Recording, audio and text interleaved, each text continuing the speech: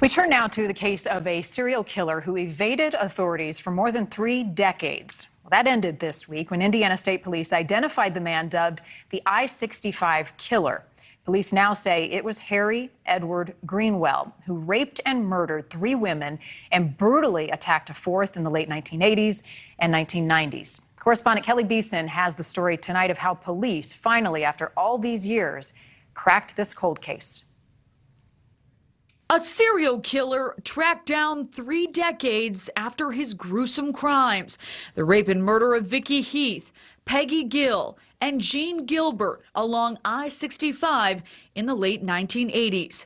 It was a case leaving police with no leads, no suspects, and no answers until now.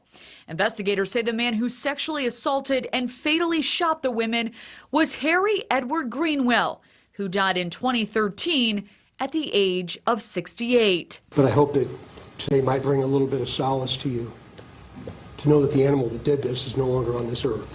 Police connected the murders of Heath and Gilbert to the sexual assault of a 4th surviving victim through DNA analysis. The breakthrough coming when investigators matched Greenwell's DNA to ancestry records. The match was 99.9999% positive. The technology is relatively new.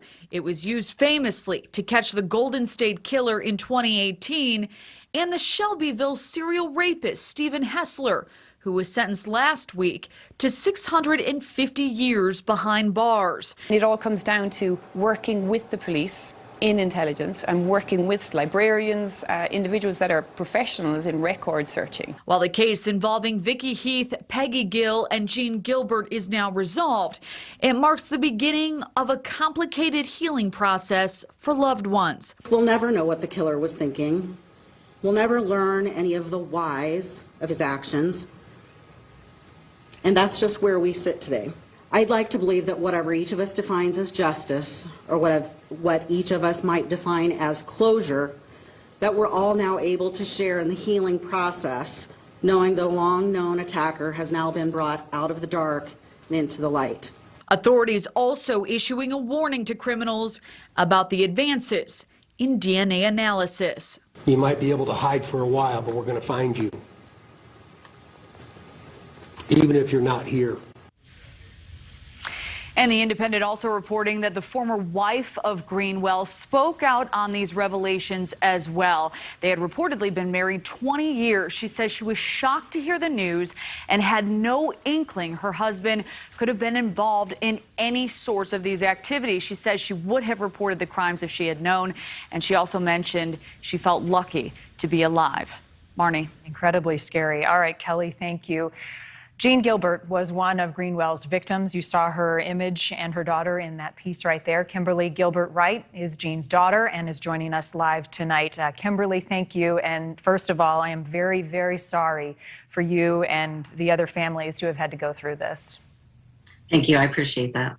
You mentioned moments ago that closure and justice take different forms. Explain the mix of emotions that you felt when you got this news that they had finally found out who your mom's killer was? Well, to be honest with you, I wasn't completely surprised. I knew that a lot of the technology had advanced and there had been many leads over the years. So we always stayed encouraged that it would be solved someday. We just didn't know when.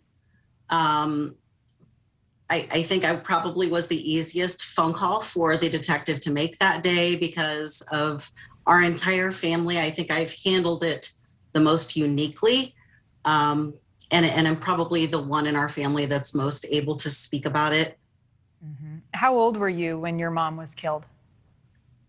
I was 17. I was just about a month and a half shy from graduating from high school. What do you remember about that day that you found out what had happened? It was very surreal, as you may have noticed in the press conference. My mother always, when she left for an evening shift, this was her part-time job, would tell me that she loved me and that she would see me tomorrow. And usually those tomorrows would come. We traveled the same route going back and forth from her work to my high school, and we would always wave at each other coming back and forth. And that morning, a lot of different things had happened that just seemed out of place. That being the biggest thing. I didn't pass her on the road. We didn't get to wave, and we used to make goofy faces at each other. It was always fun. 17 is very young to lose your mom, to lose someone who you're so close to. How has it changed the course of your life? Well, obviously, it's turned my life upside down. I feel like I've done a good job at trying to recover and go forward, living the life that she and I actually had planned together. She and I were only about 16 and a half years apart in age, and we were almost more like sisters than mother-daughter. So we were planning to go to college together. I ended up doing that, going along the same course of study that she was going to be studying, and she always wanted me to go to law school, potentially have my own office someday. And I've done that, and that's kind of my goal, is to try to do what I can to make her proud. Living out that legacy. Your mom had a beautiful smile. I love to see those images on the screen. Kimberly, thank you so much for sharing a piece of your mom with us tonight, and her legacy. And I hope that this gives you and your family some bit of closure to continue to move forward and honor her. We will certainly start the healing. Thank you very much for having me. Thank you. Thanks for watching. Click the red subscribe button below so you can get more of NewsNation's fact-driven, unbiased coverage.